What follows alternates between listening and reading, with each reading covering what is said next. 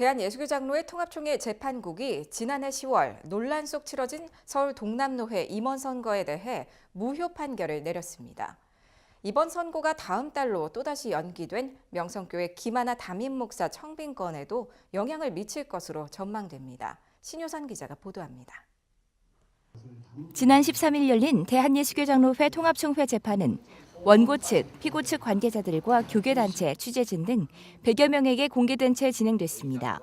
서울 동남노회 임원 선거 무효 소송과 김하나 목사 청빙 결의 무효 소송을 놓고 이만규 재판국장을 비롯한 15명의 재판국원이 첨예하게 대립했습니다. 서울 동남노회 임원 선거 무효 소송에 대해서는 노 회장의 자동 승계 여부에 관해 어떻게 판단할 것인가와 당시 헌의위원장이었던 김수원 목사의 직무 유기건, 결의 당시 의사 정족수 등 3가지 사안을 두고 토론을 벌였습니다. 이관을 받게 되면 각 부서는 그 법규에 따라서 판단해서 본회의에 상당한 절차를 진행하게 됩니다. 헌의위원회가 그 직무 권한을 넘어서 헌의안을 실질적으로 심사해서 목사 자격 여부를 문제 삼아서 서류를 반려하거나 총회헌법위원회에 질의하는 것은 직권남용입니다. 경험 많고 비중 있는 사람들로 구성된 헌의위원회에서 모든 안건이 오면 그냥 각 부서에 그냥 분류만 해서 보낼 수 있고 그 안에 대해서 심의를 할 수 없느냐. 규정 자체가 문헌에서 심의할 수 있다고 되어 있는 점과 이에 재판국은 비공개 표결을 거쳐 8대 6으로 원고의 주장에 따라 서울 동남노회 제73회 정기노회에서 김수원 당시 부노회장의 노회장 승계를 막고 불신임 투표와 노회장 선거를 강행한 것이 무효라고 판결했습니다.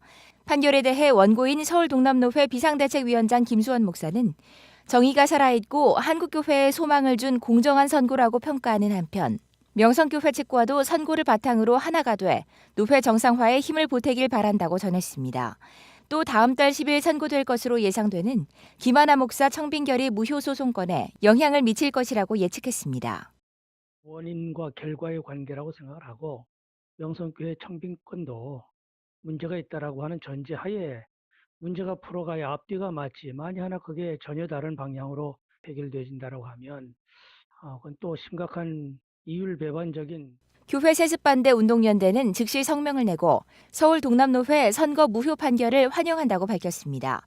이번 판결은 규칙을 바로 세우고 노회 정상화의 시작이 될 것이라고 기대했습니다. 또 핵심 쟁점이 될 김하나 목사 청빙 결의건에 대해서도 선출이 무효화된 임원진이 주도한 청빙 결의 역시 무효인 게 당연하다고 밝혔습니다.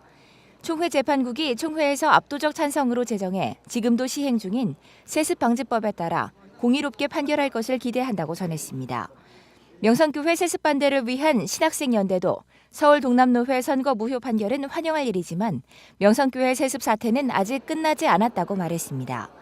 절차가 무효이면 결과도 원인 무효이기 때문에 김하나 목사 청빙은 원천 무효라고 지적했습니다. 13일 선고에 대한 판결문은 다음 주에 나올 예정이며 판결문에 따라 서울 동남노회도 정상화의 물꼬를 틀 수 있을 것으로 보입니다.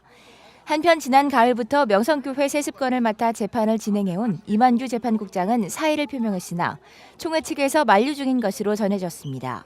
새로운 수장과 함께 이번 사태의 몸통격인 명성교회 김하나 목사 청빙의 건 재판이 반년 만에 종지부를 찍을 수 있을지 주목됩니다. CGN투데이 신효선입니다.